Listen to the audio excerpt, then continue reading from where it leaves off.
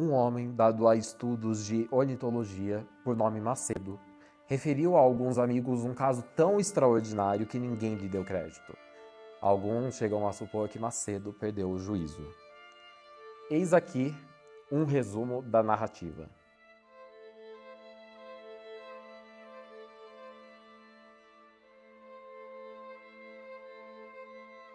No princípio do mês passado, disse ele, indo por uma rua, sucedeu que uma carroça disparada quase me atirou ao chão. Escapei saltando para dentro de uma loja de objetos usados. Nem o barulho do cavalo, nem da carroça, nem mesmo a minha entrada fez levantar o dono do negócio, que cochilava ao fundo, sentado numa cadeira de abrir.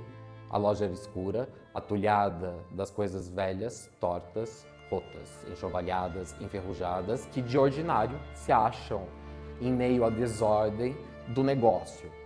Essa mistura, posto que banal, era interessante. Panelas sem tampas, tampas sem panelas, botões, sapatos, fechaduras, uma saia preta, chapéu de palha, um chapéu de pelo, um par de chinelas, luvas, vasos sem nomes, uma bolsa de veludo, 2 cabides, um termômetro, cadeiras, um gamão, 2 máscaras de arame para o carnaval. E mais que eu não vi, ou não me ficou na memória, ou enchia a loja nas imediações da porta, encostados, pendurados ou expostos em caixas de vidro igualmente velhas. Lá para dentro havia outras coisas e com o mesmo aspecto, largados, uns por cima dos outros, perdidos na escuridão. Eu já ia saindo quando vi uma gaiola pendurada na porta, tão velha como o resto dos objetos, mas para ter o mesmo aspecto da desolação geral, faltava-lhe estar vazia. Não estava vazia. Dentro pulava um canário. A cor, a animação e a graça do passarinho davam àquele amontoado de destroços uma nota de vida, de mocidade. Era o último passageiro de algum naufrágio que ali fora parar, íntegro e alegre como dantes.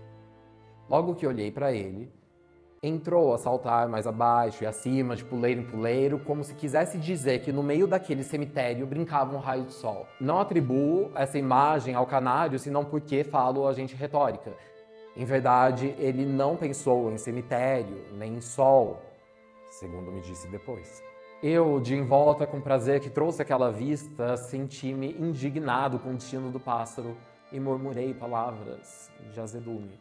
Quem seria o dono execrável desse bichinho, que teve o ânimo de se desfazer dele por alguns pares de níqueis, ou a mão indiferente que, não querendo guardar esse companheiro de dono defunto, o dera a este vendedor de tranqueiras? E o canário, quedando-se em cima do puleiro e, para minha surpresa, disse isso. Quem quer que sejas tu, certamente não estás em teu juízo. Não tive dono execrável, nem fui dado a ninguém que me vendesse. São imaginações suas de pessoa doente. Vai te curar, amigo. Sem ter tempo de ficar espantado, interpelei. Então teu dono não te vendeu a essa casa? Não foi a miséria ou a ociosidade que te trouxe a este cemitério como um raio de sol? Não sei que seja sol nem cemitério. E apesar de tais palavras soarem bonitas, não importam. Perdão, mas tu não vieste parar aqui à toa, sem ninguém, salvo se o teu dono foi sempre aquele homem que ali está sentado. Que dono? Esse homem aí é meu criado. Dá-me água e comida todos os dias com tal regularidade que eu, se devesse pagar-lhe os serviços, não seria com pouco.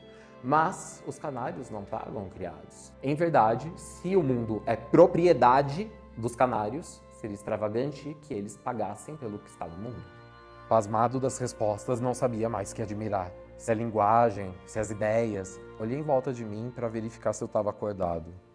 A rua era a mesma, a loja era a mesma loja escura, triste e úmida. O canário, movendo a um lado e outro, esperava que eu lhe falasse. Perguntei-lhe então se tinha saudades do espaço azul e infinito. Mas, caro homem, trilhou o canário, o que quer dizer com espaço azul e infinito? Perdão, que pensa deste mundo? Que coisa é o mundo? Retruquei. O mundo, explicou o canário com um certo ar de professor.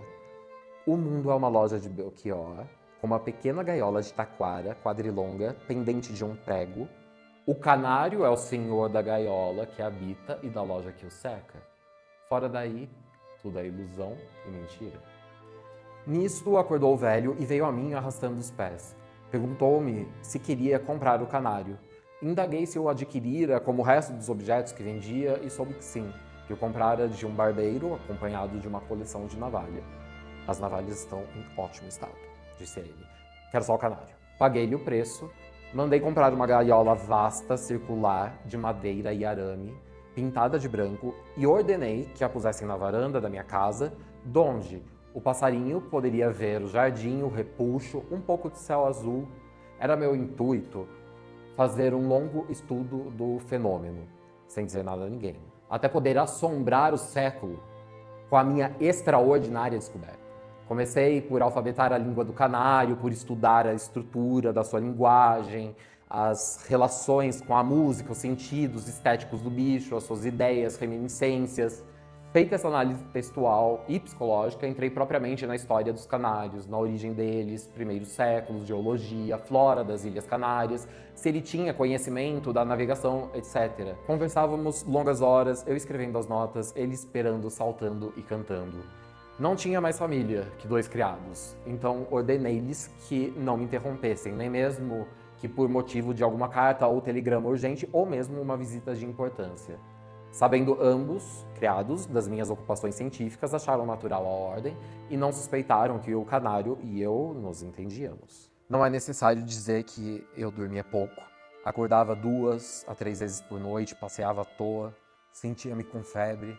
Afinal, tornava ao trabalho para reler, acrescentar, emendar. Retifiquei mais de uma observação, ou por havê-la entendido mal, ou porque ele não a tivesse expressado claramente. A definição do mundo foi uma delas. 3 semanas depois da entrada do canário em minha casa, pedi-lhe que me repetisse a definição de mundo. O mundo, respondeu ele, é um jardim largo com repuxo no meio, flores e arbustos e grama, ar claro e um pouco de céu por cima.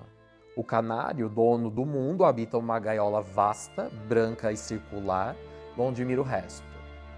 Tudo mais é ilusão e mentira. Também a linguagem sofrera algumas alterações e certas conclusões que tinham me parecido simples, vi que eram temerárias.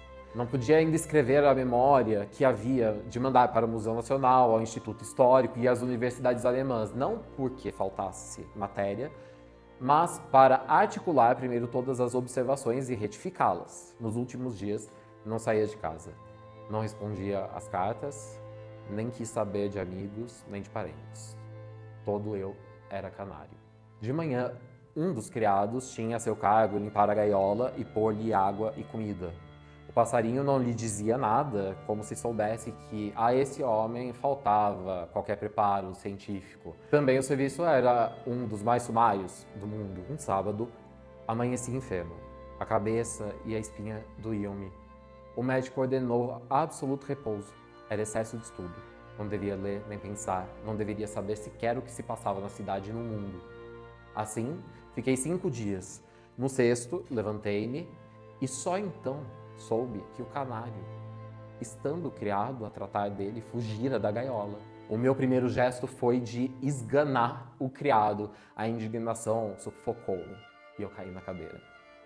Sem voz. Ponto. O culpado defendeu-se, jurou que tivera cuidado. O passarinho é que fugira por astuto. Mas não procuraram?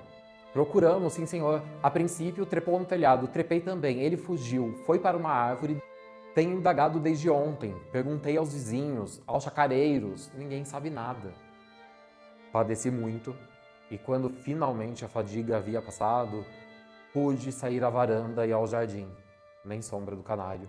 Indaguei, corri, anunciei e nada. Tinha já recolhido as notas para compor a memória, ainda que truncada e incompleta, quando me sucedeu visitar um amigo que ocupa uma das mais belas e grandes chácaras da região. Passeávamos por ela antes de jantar, quando ouvi cantar esta pergunta. Viva, senhor Macedo! Por onde tem andado que desapareceu? Era o canário. Estava no galho de uma árvore. Imaginem como fiquei. O meu amigo cuidou que eu estivesse doido, mas que importavam cuidados de amigos? Falei ao canário com ternura. Pedi-lhe que viesse continuar a conversação naquele nosso mundo, composto de um jardim, repuxo, varanda, gaiola branca e circular. Que jardim! Que repuxo! O mundo, meu querido. O nosso mundo. Que mundo?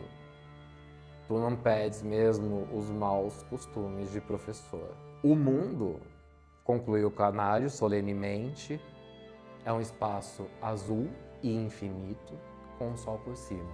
Indignado, retorqui-lhe que, se eu lhe desse crédito, o mundo era tudo. Já fora, inclusive, uma loja de objetos velhos e usados, uma loja de Belchior. Velhos? Usados?